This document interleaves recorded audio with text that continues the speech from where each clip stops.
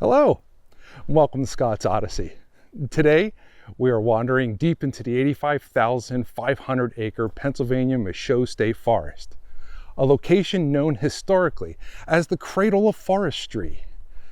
Named after the French botanist André Michaux, this forest contains the first documented trees, plants, and shrubs never before recorded in the annals of botany.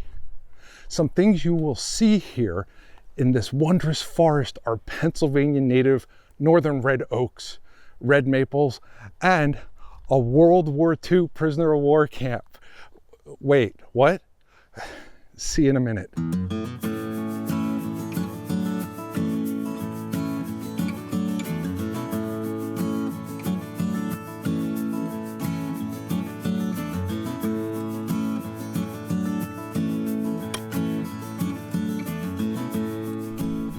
Welcome back. If you've watched my videos before, thank you for your patronage, and I hope you enjoy the story of the Michaux camp. If you are new to Scott's Odyssey, welcome aboard, and please take a moment to click subscribe for more of this journey through odd to see stories of who we once were. It costs you nothing but a click, and it will give you continuous adventures in return. Samuel Pope was a simple farmer who owned a 250-acre farm within Cumberland County in the early 1700s. On July 23rd of 1762, Samuel land warranted 137 acres, 17 perches, or 137.1 acres of land to George Stephenson and the Pine Grove Furnace, a coal blast charcoal furnace typical of the times. The farmhouse was used as lodging, and the barn was used to supply rations for the men and the animals that worked the Pine Grove Furnace and Laurel Forge. The furnaces and forge were only part of this area. The entire area was once a thriving forge farm with mines, company tenant housing, company store, and ironmasters. One of the oldest remaining remnants of this area is an iconic barn on the northwestern end of the Pine Grove Furnace State Park called Bunker Hill Barn. It suffered a catastrophic fire sometime in the early 1900s, and all that remained was the stone walls. In 1912, the Pennsylvania Department of Forests and Waters purchased the farm and the land, and 7 years later in 1919, the furnace and forge stopped production. Since the early 1920s, the remains of the Bunker Hill Barn is often referred to by thru hikers of the Appalachian National Scenic Trail, or just Appalachian Trail, as the Hessian Barn, and is a common marker used along the trail. In 1933, the Civil Conservation Corps established Pine Grove Furnace Camp S51 at this exact location. The primary mission of Camp S51 was to build the Piney Mountain Ridge Road about 2 miles south of here through the Michaux State Forest, and to do a lot of tree planting, correcting the damages caused by decades of mining and forest destruction from the furnaces and the forges. With the event of the U.S. involvement in World War II, the CCC ended their functions on June 30th, 1942.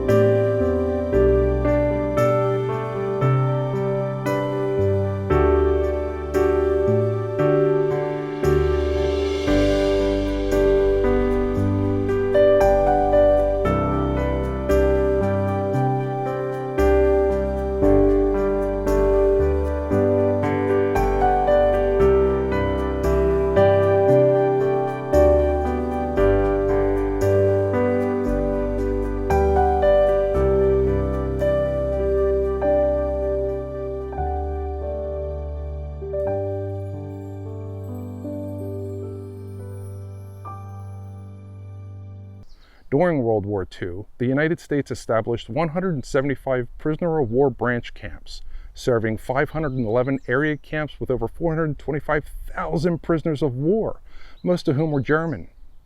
In Pennsylvania, there were approximately 32 secret prisoner of war camps.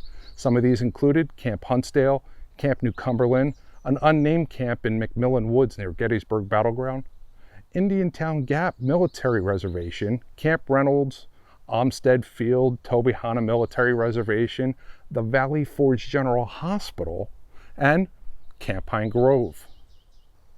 On May 5th of 1943, as directed by the Commanding General of Army Service Forces, the Pine Grove Furnace Camp was renamed the Pine Grove Furnace Internment Camp, and later on, the Pine Grove Prisoner of War Camp, an establishment of the 3rd Service Command, which were the U.S. Army services specific to administration of recruiting stations, induction centers, reception centers, internal security districts, motor repair shops, ordnance and signal corps repair shops, recreation camps, medical and dental laboratories, reserve officers training corps units, state guard affairs, general dispensaries, finance office, officer procurement boards, general hospitals, auxiliary security training centers, disciplinary barracks, but most importantly, the enemy, alien, and prisoner of war camps. The Pine Grove Prisoner of War Camp was designed to be used exclusively for a special purpose and any instructions pertaining thereto, where special meant housing prisoners of war to be detail interrogated primarily at Fort Hunt by the P.O. Box 1142 agents. Not all the prisoners were just kept in captivity.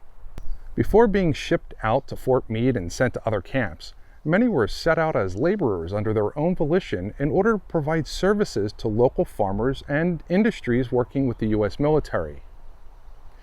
If they worked for farmers, they were paid up to $1 per hour of labor and received these funds as coupons back at the prison that they could spend at the camp's post-exchange. Camp Pine Grove housed 1,500 German Naval and Afrika Korps prisoners, as well as 150 personnel. It is estimated that about 25,000 prisoners were sent through Camp Pine Grove in the course of its 3-year existence. Because of the close proximity of Camp Pine Grove to Fort Hunt, the camp held a good number of high-profile, high-value German and Japanese officers and scientists that essentially became permanent residents of the camp and later citizens of the United States. By high profile, we're speaking of men the likes of Herr Robert Lusser, the engineer and designer of several types of Messerschmitt and Henkels, as well as the sole creator of the horrific Vertungswaffe, or V1, meaning vengeance weapon, and more commonly known as the buzz bomb or doodlebug. The specific purpose of the interrogations was to obtain quantifiable information regarding troop movements, submarine pen locations, large gun emplacements, and new technologies being worked on by the Axis. Camp Pine Grove was a secret camp, and other than those who were posted at the camp and members of P.O. Box 1142, no one was permitted near the camp. Many of these former prisoners became citizens, and some even ended up in White Sands, New Mexico to work on the Manhattan Project for atomic and nuclear weapons, as well as Operation Overcast, later renamed Operation Paperclip.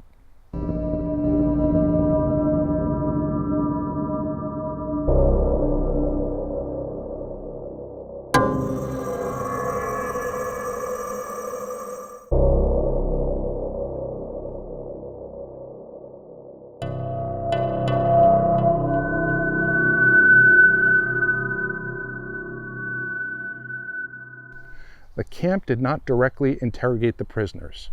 Prisoners of war that were in the United States were interrogated by a military intelligence branch called MIS-X and MIS-Y. The focus group for this camp was MIS-Y, a group so secret that even the agents did not know where they were going in order to interrogate the prisoners, and when asked who they were, identified themselves as P.O. Box 1142. We're going to avoid the tangential rabbit holes for this video regarding P.O. Box 1142 and Operation Paperclip, but I suggest, if you're interested, look very carefully into the secret intelligence groups that gave the United States significant leverage in becoming a world superpower. When the war ended in the European theater during May 1945, the German prisoners were taken to New York City and released back to Germany.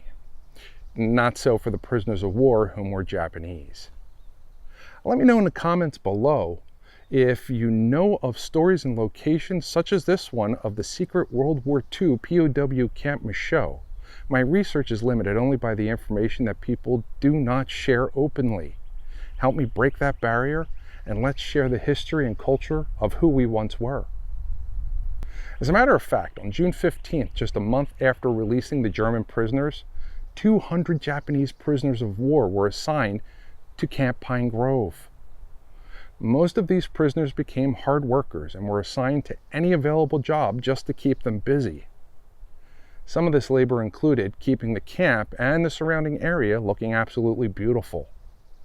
Jobs like painting the lanes for the paths, or cutting the grass by hand, and planting flowers around the entire compound. Japanese prisoners were kept until the end of the war in the Pacific Theater on September 2nd, 1945. At the end of the war, the remaining Japanese prisoners who decided to go back to Japan, even though they and their family would forever be disgraced for being captured during their service to the Emperor, were taken to Seattle by train and then to Japan on a ship called the Sea Devil. According to Major Lawrence C. Thomas, the commander of both Camp Pine Grove and the unnamed camp in the McMillan Woods of the Gettysburg battlefield, whom traveled with the prisoners from the camp to Seattle and across the sea to Japan, stated, when they arrived near the shores of Japan, they were placed on barges and floated to the shores, where they just climbed the banks and disappeared. It's imperative to know that according to retorts by interrogators, military personnel, and even many of the former prisoners, at no time during the use of Camp Pine Grove did anyone have hands laid upon them, and all information was extracted through battles of wit. Never was there any compromise to any individual's integrity or humanity. In May of 1946, Camp Pine Grove closed and was returned to Pennsylvania. From the end of the war and into 1947, after growing up in the shadow of a world war, there was an unruly youth with a deleterious mentality raging in the United States. With there no longer being a CCC, nor need for active military service recruits, several ministers and laymen saw a need for a Christian youth training camp. The synods of the Pennsylvania Presbyterian Church, the Mercersburg and Potomac Evangelical and Reformed churches joined together and took over this camp with a 10-year lease through the state. The area became a point of operation for an interdenominational cooperative Christian youth camp and religious conference grounds. In 1948, the location was renamed to Camp Michaux Incorporated, opened summer church camps, and continued to operate until early 1972. Just like many of the state-leased properties, the reason for the end of operation was due to a disagreement of responsibility and accountability. In 1969, the former CCC Forestry Office and the POW Interrogation Building burned down due to a faulty furnace. The churches did not want to replace the building because they did not own the property. The state refused to replace the building because there was no vested interest in restoring something beyond their ownership of the land. With the building not being replaced, revenue for Camp Michaux plummeted and events were canceled, ultimately causing the churches to abandon their lease with the state. From the time the churches left the property until 1975, the state could not find anyone interested in the property or find anything useful for this site. So in 1975, an auction was held for all the materials left at the site. At this time, the only thing left here at the Michaux site are whatever could not be taken away. And in 2016, the huge 3-story wall of the Bunker Hill barn finally met its fate to nature and collapsed into a heap of stone.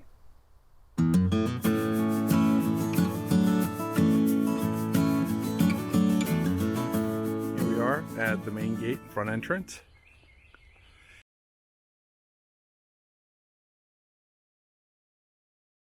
And we come to the first building.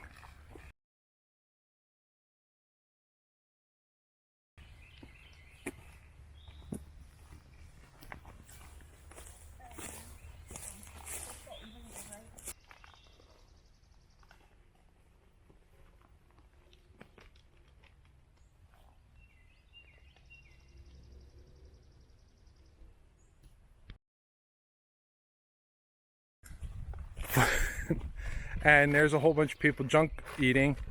Sorry. Daughter got excited because there's a geocache here. Ooh, geocaching. Don't eat the candy. Don't eat the candy. I don't know why there's candy in there. Nice. What's the name on the geocache? Geocache Michaux Nostalgia. Okay, so this is. What's the second? The second one is a photograph book.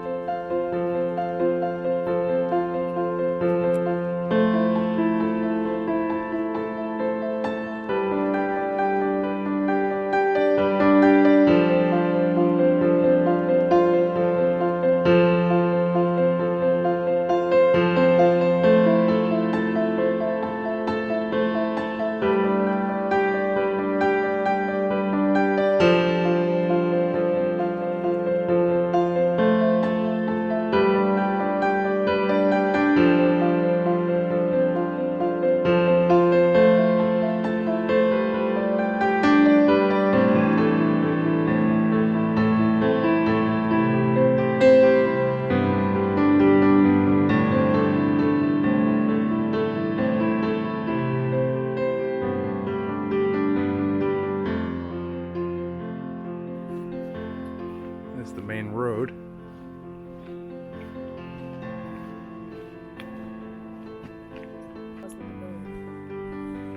So down this path is where one of the barracks would have been. This would have been the main steps up onto it. She's just hanging back eating chips. There's the splits in the road. See, I'm behind you. You see foundation wall all along here. You can see pilings. Ugh.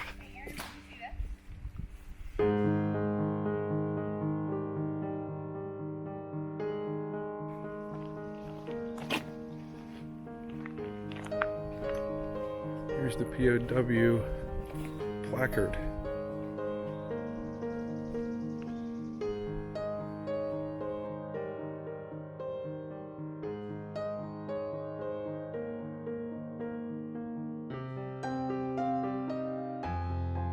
Here, which is just down from the main road, is the officer's bathhouse.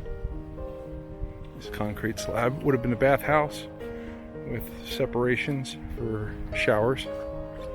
And then on the very end here, there's a little tiny part. This was the barbershop.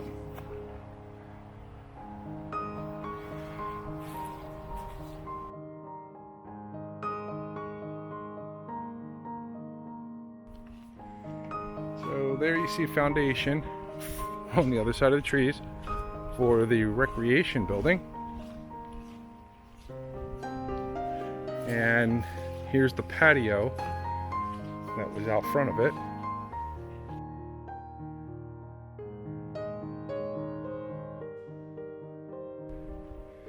And over here, down here, should have been tennis court. Yeah.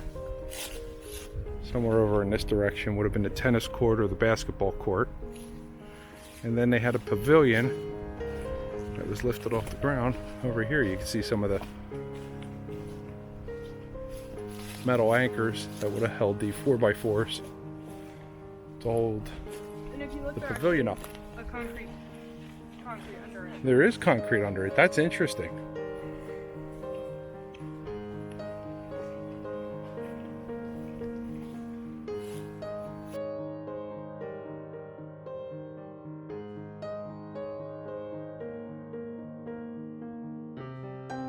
Ah, the headquarter building.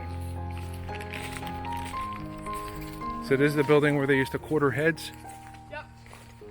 So here's the HQ. We'll have to get some good pictures of that. The trees are just amazing. Lots of cedars, white pines. So there's the headquarter building.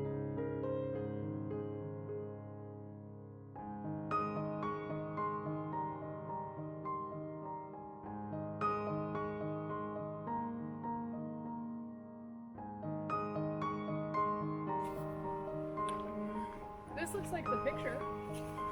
So we come to this building, just a little bit past the HQ. I gotta look at the map and see which one it was.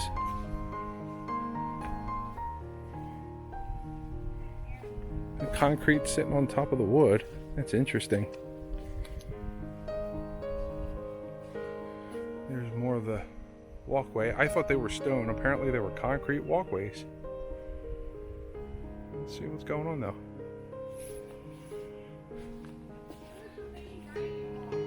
Ah, the main dining hall. So this is the mess hall.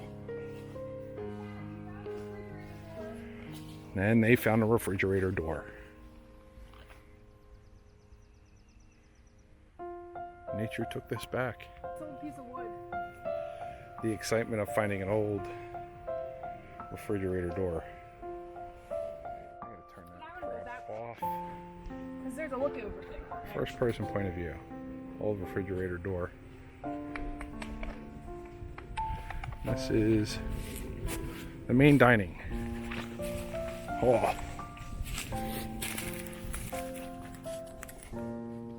Concrete pillars, they surrounded it with wood. Probably just to make it look prettier.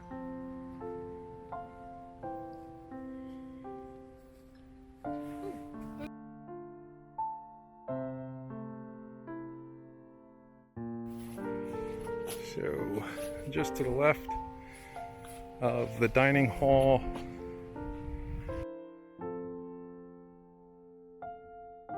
this was the incinerator. It says 21. Makes sense. Let's see, is there a hole in it? Immediately across from the dining hall ruins are the remains of the camp incinerator. Here it is. This was the camp incinerator. So, based on what I'm looking at, this was just the stand for it. And the incinerator sat on top of it. Like the metal. Nice and high up off the ground. Yeah, nice big metal thingy for burning. Or the No, walls I were mean, taller. Those metal. Well, there's brick. So, it may have been a brick incinerator. What's that building?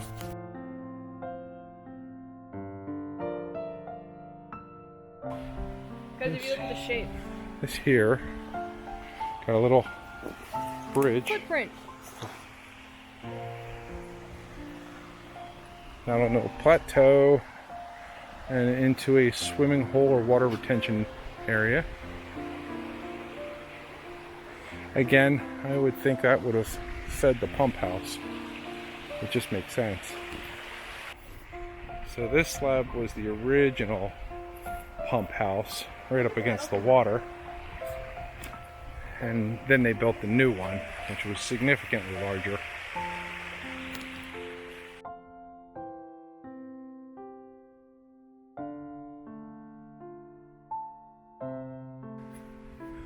So there's big rocks here. They used to take the water, and I guess they would dam it up a little bit, and it would flow through these concrete channels.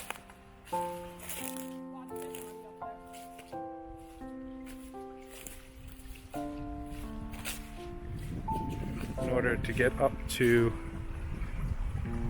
the swimming hole. Here's more of the channel.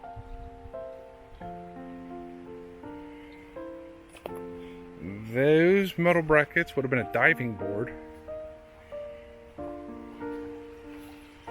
And then the water would flow in and fill this up from this side.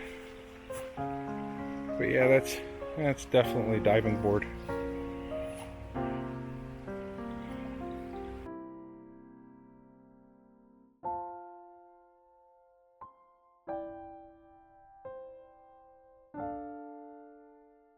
So we're looking for the waterfall, and it's not where the document says it is right now.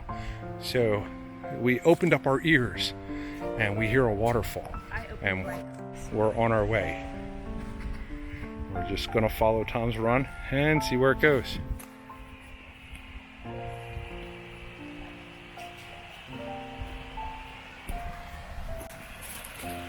And there we have it, a bridge.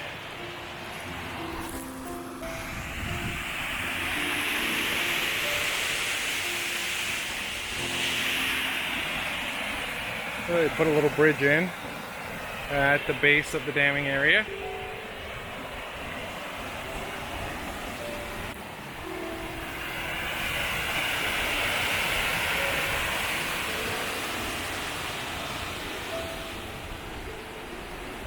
Lots of silt. Let's go back a little further. So Erin was looking and she found another one that you can barely read. Here we have a P. Here we have a W. There was nothing to the right or left of it. When we come down, we can make out an S. And an H or a 4. An H, maybe a 4, maybe a 9. That's a 4. It's an American 4, not a European 4. So let's do an old trick. See if this helps a little. Alright, rub that in.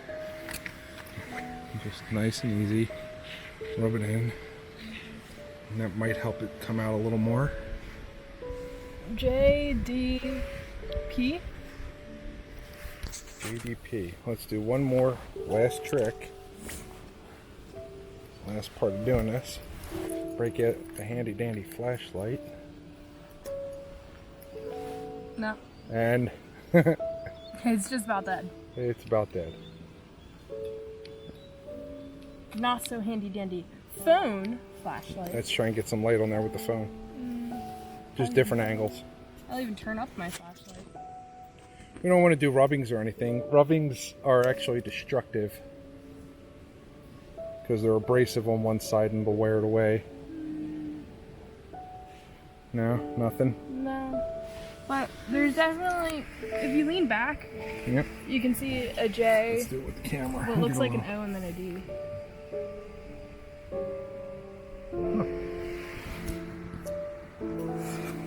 When I get back to the office, I get some light on me. Ah, there I am. When we get back to the office, we'll do a little investigation, see what's known to be here. I know they've done archaeological stuff here. And we'll see if we can find out who this prisoner of war was.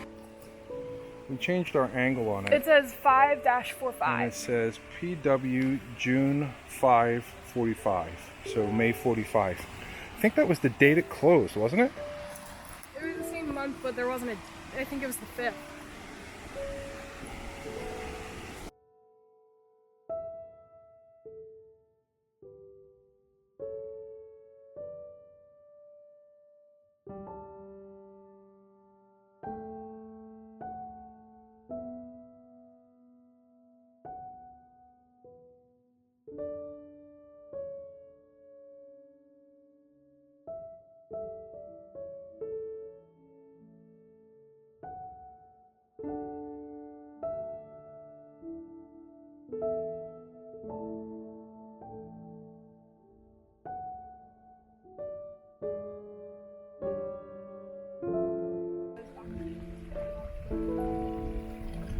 How big they are. They're about 8 inches and 12 inches in diameter. They're huge. I don't know if they would have been for sewage or if they were for water.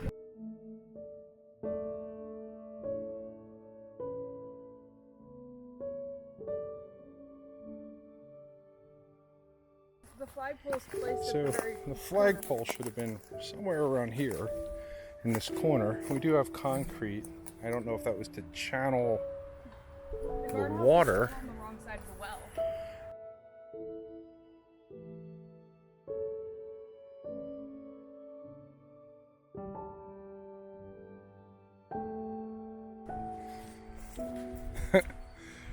So this is the guardhouse. That's where the guardhouse was, just down from the fountain, which to the upper right had the guard tower. One of the metal plates for locking a gate down, a swing gate or a lift gate.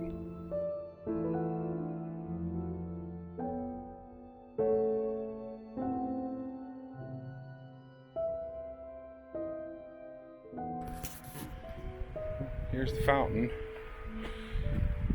Looks like it had a plaque of some sort on it at one time. And here there was probably a drinking fountain. And you would drink from the fountain and the water would go back into the water fountain. The base has a large number of stone. I gotta remember what the name of that stone is. Found at ore sites. They have it all around the base there. People picking away at it, destroying it.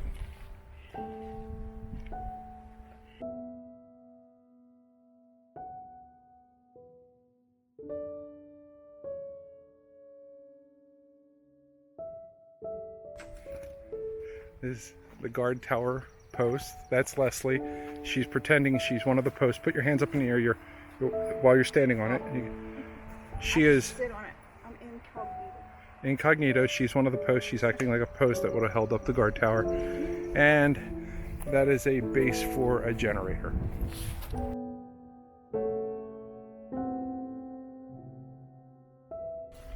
Here's one of the 2 stars that were built. See if we can get a higher view.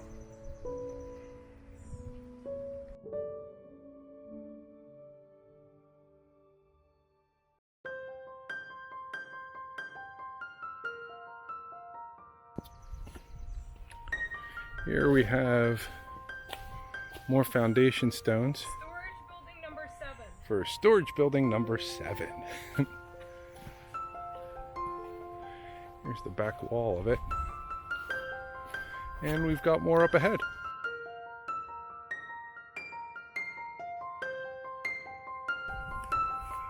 So what we have here is the CCC's northern pointing arrow and flagpole stand. Not to be confused with the POW flagpole stand, which was somewhere down slightly south and to the right of the water fountain.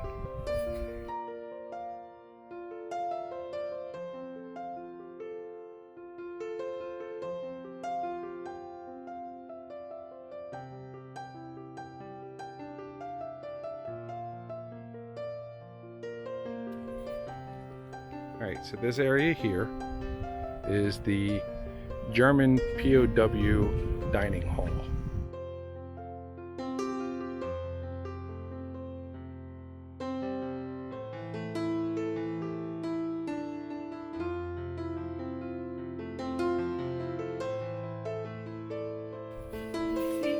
They put a dotted So line. this probably would have been the service station, and this would have been their water source, and that makes this pretty little box the grease trap.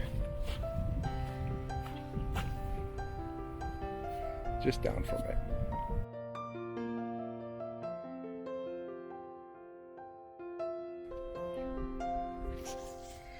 And we got our walk. This is asphalt covered down to the pool that was put in by the church, which would have been between a barracks and another barracks. I think the barracks were removed when the pool was put in, but here's the pool. And this is probably the pump pad for the pool. Can I go swimming? Yeah, go ahead, go swimming. It's probably not as deep as it once was, but it's probably not shallow either.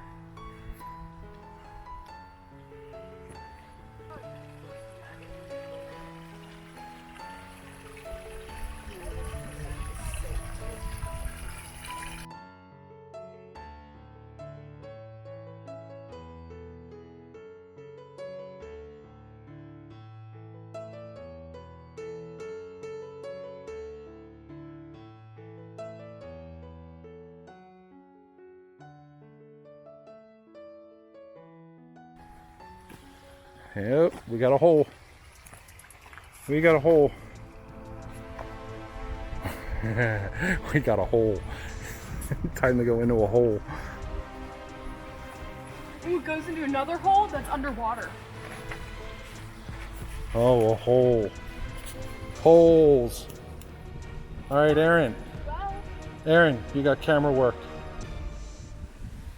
Just hold it and then hand her off to me. You gotta get down into the hole. Slippery. one what?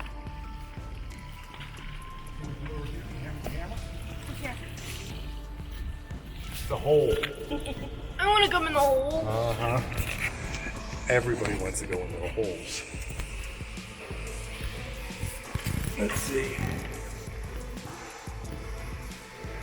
I've seen people go in here, but that's deeper than my boots.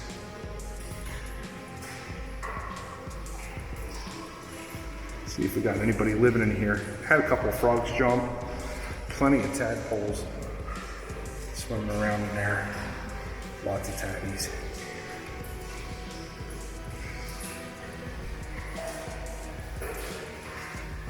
I'm not seeing any bats. It's cold down here. What is splashing around? Water. Here's the door. What's left of her.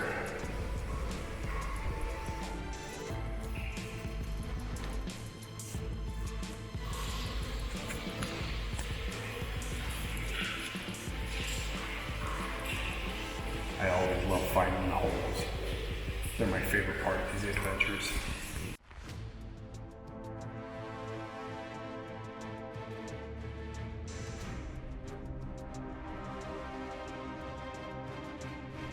There goes Aaron.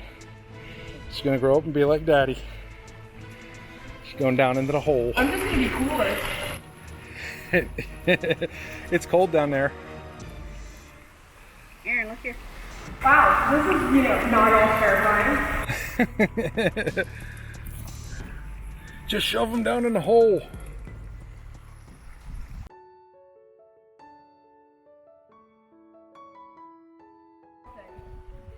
Just off to the right, we have another concrete capped manhole. At least that's what this one would have been, a concrete capped manhole. Not seeing too much in there. Oh, there's a poor toady stuck in there. Oh, we're gonna have to rescue him.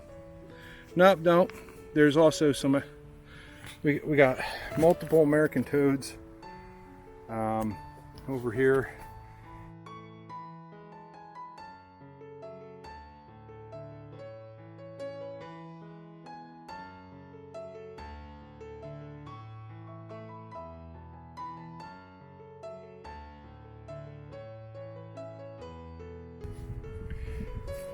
Here we're on the prison lab. The prison lavatory.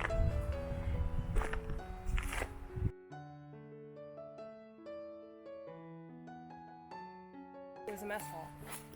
So just down from the pool, which would be near that pink ribbon, just out of sight here, we have the missing barracks. As you see, it's missing. But here's its grease box. It's grease pit.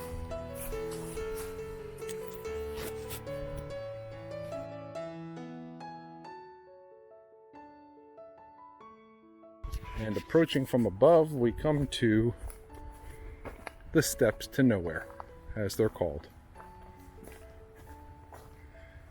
These were put in during the CCC era.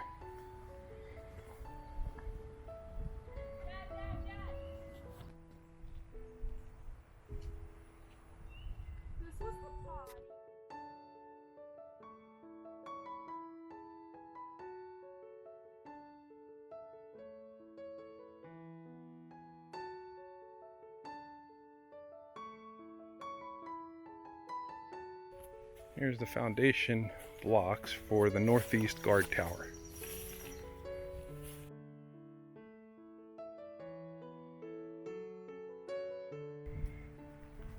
So just beyond the northeast guard tower Here's the foundation slabs for the officers' quarters.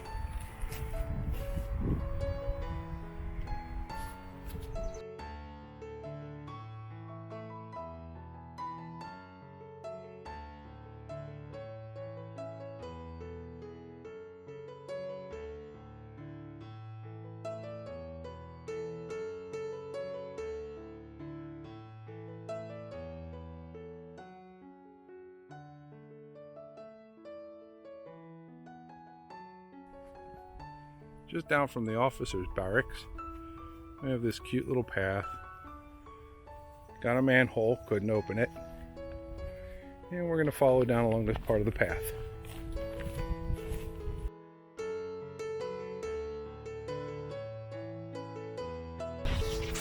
So, as we're leaving, we went to the top. Here's the CCC officers' quarters foundation.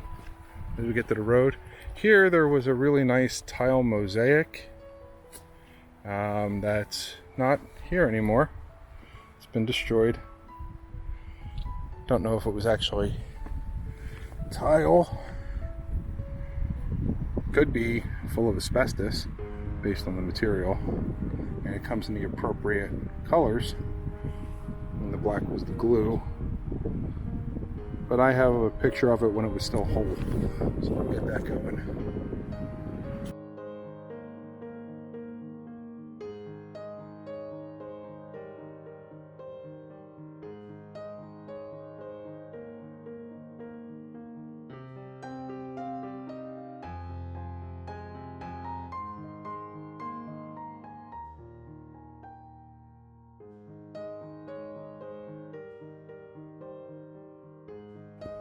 Okay, so here's up that way is where we would have had the officers' barracks. They would have come down this trail here to get to the infirmary. That's all that's left of that.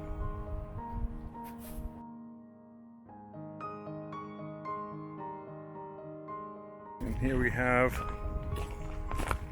all that's left of Bunker Hill Barn, commonly known to the people that are on the Appalachian Trail as the Hessian Barn. Large pile of rubble. I'll do some pictures of that. We'll get that set up.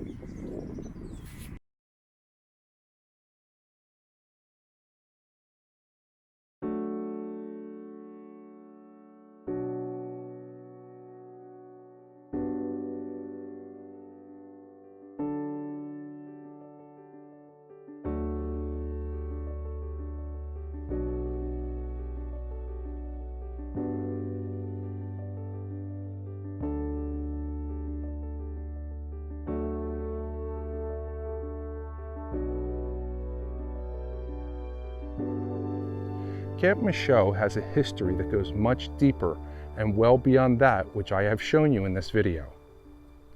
Reach out to me or leave comments, and I will relay what I can regarding other aspects of this site, such as the hunting lodge, the mystery of Vesper Swimming Pool, Fuller Hole, Laurel Lake, tenant houses, charcoal pits, Indian breastworks, Hammond's Rocks, Dead Woman's Hollow, Frog Pond, Ant Hill, Sunset Trail, Appalachian Trail, David the Robber Lewis, whom I'll do an entire separate video on, all in due time, or even the French botanist Andre Michaux, for whom this forest and camp were named.